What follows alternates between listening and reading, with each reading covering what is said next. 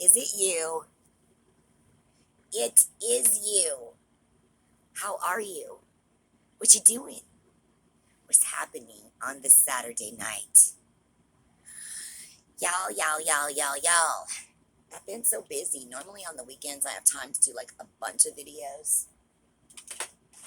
but I'm stuck in math. I'm like a little bit behind, and I have a quiz and a test Monday, and so I'm trying to get all of my stuff knocked out before I get to the quiz and the test. It's a lot. It's a lot. I mean, a lot, y'all. And then it's like every class that you take thinks that you don't have other classes, and they're like, just do 2 hours a day here and there. Well, you can't. There's so many. If you don't, there's no way I could make it if I didn't start at 9 o'clock in the morning and somewhere in between, and then maybe do some stuff at night, and then also do stuff on the weekends. It's like I used to watch college students, on these television shows and reality shows, and it seems like they're almost never doing anything. I personally, I don't know how they work and do it. I don't know how you raise kids and do it. I can't focus on anything when I'm in school. I can barely get a video made because it's just like it's all encompassing. You know what I mean? So, hi.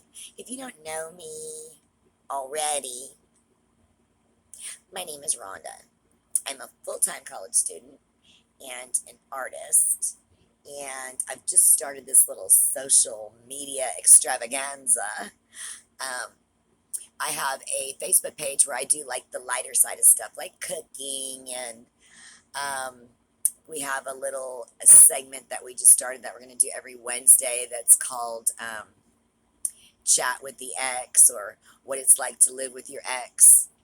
Um, and that's on The Secret Creations. And there's a link on my page down in the description to The Secret Creations, if y'all want to watch like the lighthearted stuff, because here you get the real deal. Here you get like the rated R version. And soon, for those of you who are wondering, I will be getting better lighting and a microphone and all that good stuff, so that these videos will be much better for you. Just, it's like one little tiny step at a time. Now, in the meantime, I'm running well, it's not a contest. I don't know what you want to call it, but I'm giving away a free painting. I was giving away a free painting because I reached 1,000 followers on my Facebook page. So you too can join in. Just, go follow my page, and it'll give you a notification when I go live. And when I go live, I'm going to just tell you to go. And whoever's on their live will start, punching in numbers. And when you get to the number that has already been given to me, um, you get a free painting. A free painting. And you get to choose, what kind you want. I'm not going to just be like, this painting is the one you must take. So I'm going to show you just a few tonight. If you haven't been on my Facebook page, or if you've been on my Facebook page and missed it, I'm just going to run through these really fast, okay? Because there's a bunch of them out here right now, because I just started pulling some out of the box to see, to show you all different kinds. Okay, so this is like a black and white landscape. It's a really, really neat little scene. I'm not going to go in too close on any of these, or we will be here for a while. This is an abstract, you could say flowers, whatever you want this to be. For like a dark room, maybe a dark bathroom. And then this is like my little impressionism phase when I was playing with impressionism. It's like a lovely little spring scene. Lots of colors in there. Can't get too detailed. If you want to see these paintings better and up close, you can just go to my Instagram account, which is at RhondaMills67. Here's another fall scene, kind of like probably somewhere in Central Park in New York or something. Looks like to me.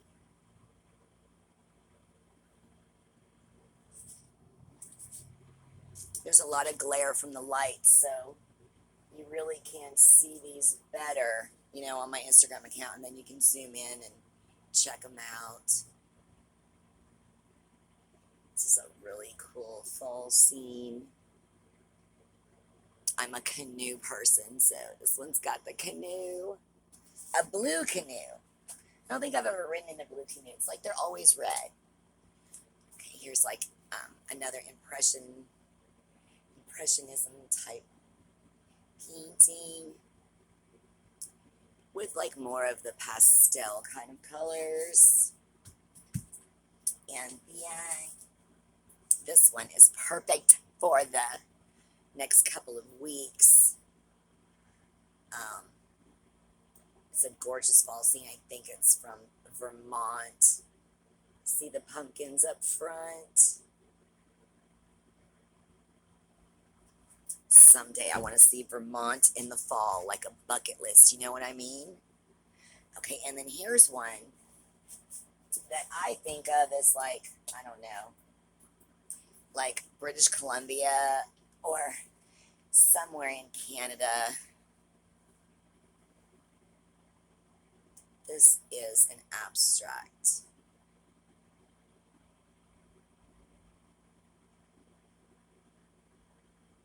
It's very hard for me to do abstracts. So if you haven't been on my channel or anything before, it's like these are like challenges for me to not do everything just, you know, exactly perfect and just like throw it on there and go, okay, it's a tree. It's a very hard exercise for me. Although a lot of artists are successful at that, I don't think I will have a career in that. I have more of a, like a Thomas Kinkade twee type of style that I like best out of all the things that I've tried so far. I'm going to grab a couple more. A couple more over here. Okay. Okay. Oh my gosh. Far away. Okay. Here's another kind of a light impression. Like I like to think of it as the sky. Just, you know, when the sky does all those really neat, pretty colors. You could just like stare at it all day. It's really relaxing. And then this is when I started working on, you know, there's certain style. There's a couple of artists that do this style and I like it. And I thought, I'm going to try that. But it's just too hard for me. It's hard. I want to do it like more exact. But so this is an impression of a bedroom. And it's got a lot of pretty little like watermelon colors. Very artsy. I mean, you could put some really like eclectic, cool frame on this. And that would be so neat. Okay, this is an abstract, which could go anyway because I have yet to find a signature on this, which would probably make this worth a lot more money when I die because I sign everything and I can't find my signature. So my signature is usually at the bottom, which lets me know, you know, which direction to turn the painting. This could go anyway. You could have it sideways or, you know, horizontal or vertically. You could just look at this for days. I don't know if that y'all are going to get the full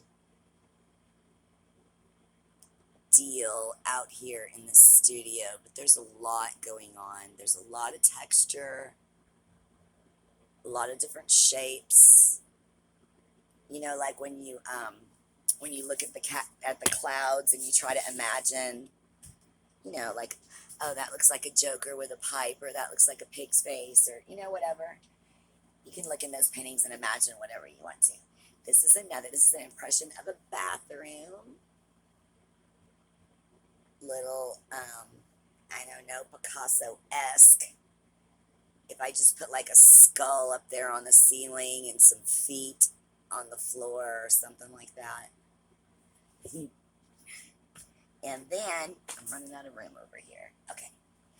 This is an impression of a kitchen. I like the bright colors.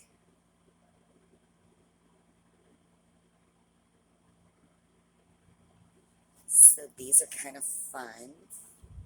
And then this last one is also an impression of a bedroom, but with the richer colors. This has got great reds and purples. I mean, I just thought this would be like so great in a red bedroom.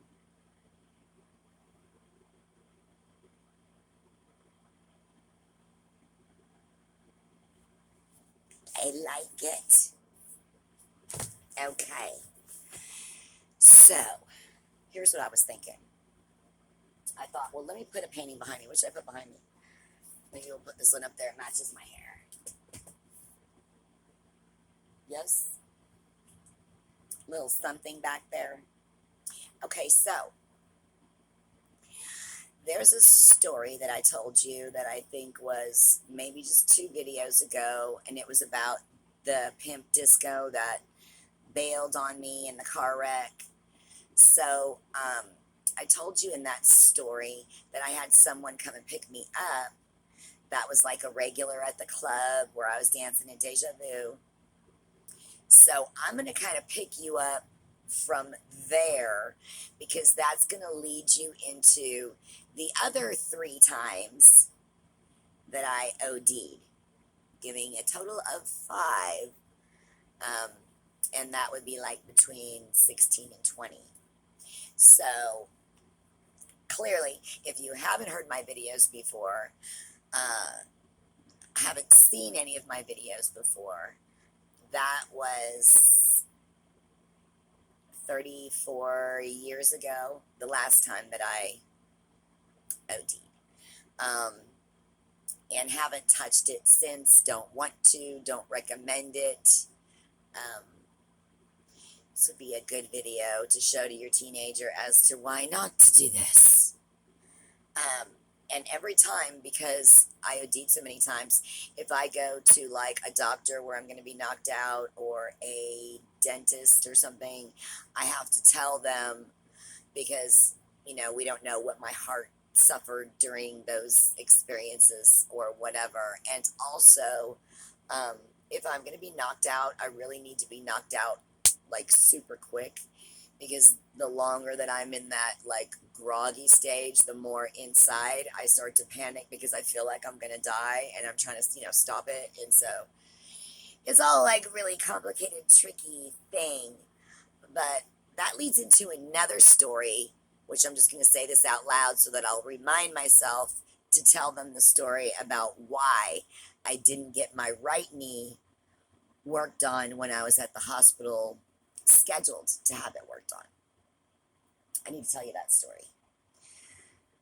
Okay, so now if we go back to the car wreck, at that time I was working at Deja Vu. I was living in that apartment complex where I was like the only white girl there. There was some I told you that story where I was like right in the middle of gunfire.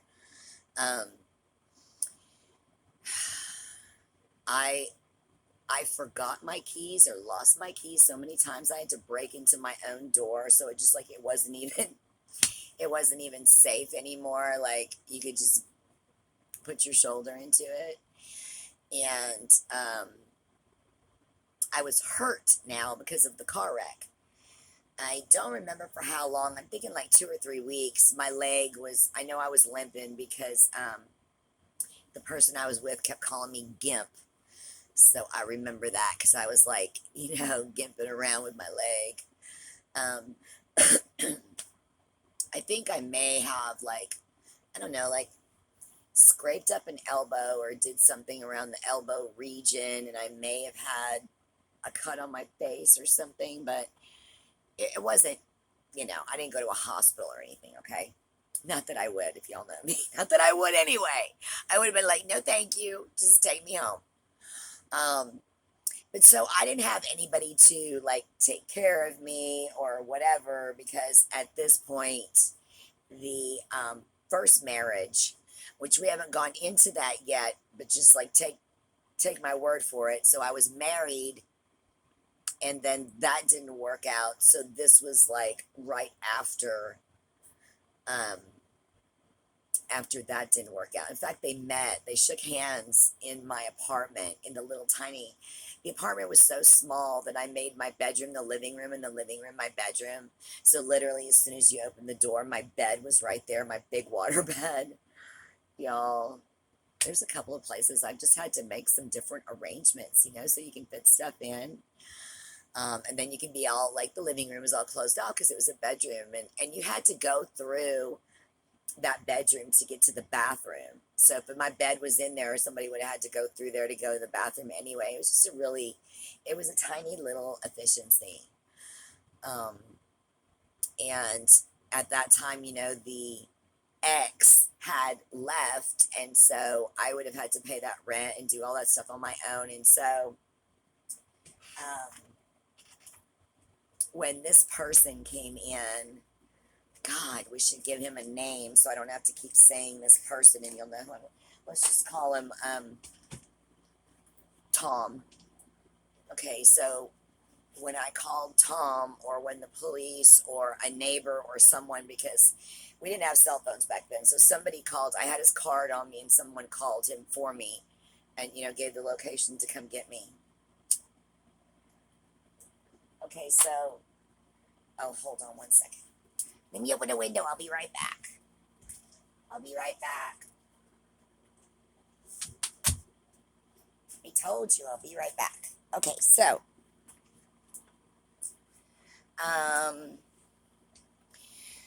so now keep in mind, Tom, I didn't have money. Tom had money because Tom was a mechanic and Tom worked on Jaguars. And I don't know if you have a Jaguar or knows anyone that owns a Jaguar, but just the tune up on a Jaguar at that time, back when I was 19 or 20, was like $1,400. I don't know what it is now. I can't even imagine. I cannot even imagine. But I can't afford it, that's for sure. So, Tom also had Jaguars at his disposal, right? So Tom had a shop. There were Jaguars at the shop. And I can't like tell you everything right now because I'm leading you into this story, but let's just say that I believed they were his, okay? Um, and this person Tom had like an old truck, but also always showed up at the club in a Jaguar, a Lotus, a Mercedes, a BMW, something. And so, and always in a suit. Um, and like I said, in previous stories, if you haven't heard the previous stories, they used to put orange cones in the parking places that were right in the front. And then when Tom would get there, they would move the parking places. So he always had the very first parking place.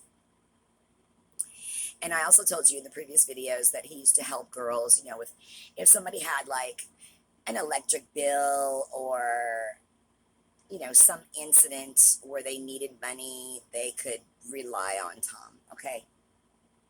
So I knew that Tom was this type of person. And Tom like took mercy on me because I was all hurt and I didn't have anywhere to go, and said, just come back to my house. There's nobody at your house. Let's go back to my house. I believe we even went and got my animals because I don't think I wanted to leave my animals at, my apartment without being there, especially overnight. So I believe we went and got my animals and got some of my things. And then he asked, like, how much longer is your lease here? And I told him, and he was like, this place is the dump, and blah, blah, you got to get out of here and all that stuff. And I was like, well, I can't, there's nothing I can do about that, And then I wasn't obviously going to be able to dance for a little while I was hurt. So, when you're doing that for a living, if you don't show up, you don't make money. So it's not like you can just go on vacation or be sick or anything like that. And he's like, well, I'll just pay the rent over there, and you can just get out of there. You can just move in with me. And we had not had any like previous dates or previous discussions or anything. This is all just like, I mean, if you could just picture like a Hallmark movie or maybe like one of those after school specials, I don't know. It was just like, like the knight in shining armor thing. Okay. And so,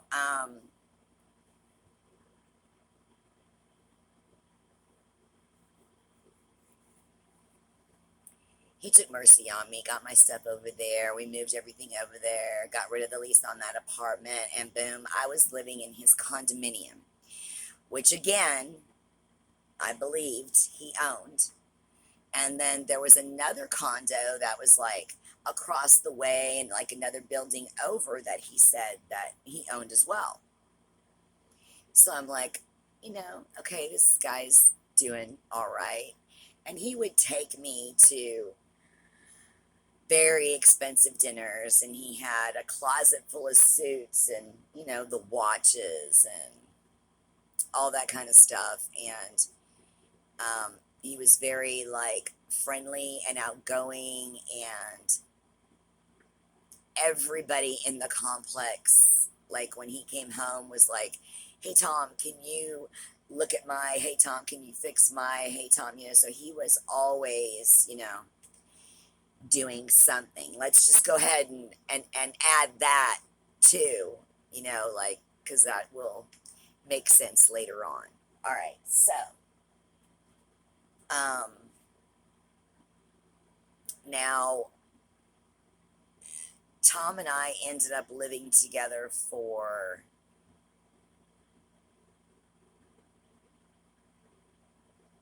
I want to say maybe 2 or 3. It's tricky. It's very tricky because everything happens so fast back then. And then sometimes you think you're with somebody forever and you look back on it and it's only like 2 years and you're like, my God, that was only 2 years. It felt like 10 years, you know what I'm saying? Um, but it was a few years, okay? And, well, I'm skipping ahead. Let me go back. Let me figure out how to get this all. So when I first met Tom, he had not done anything other than alcohol. And at that time, I was, you know, enjoying some greenage. And he was there. And he was like, well, I've never done it. I was like, you want to partake? And he's like, sure. Y'all, he got sicker than a dog. Sicker than a dog. Puked all over the place. All I can remember, because I'm a clean freak. If you don't know me, hi, I'm a clean freak. All I can remember is that I was like throwing mothballs everywhere, because my God, the smell, you're in a little tiny apartment. Oh my gosh. Anyway, so that's like the preface for this like schoolboy. Okay. I mean, he was 10 years, I think 10 years older than me, but hadn't done near all the things that I had done. And so eventually, oh, I know what it was. Eventually, he met someone at his shop, and that someone introduced him to, the that white stuff that I like that's not Pepsi, you know.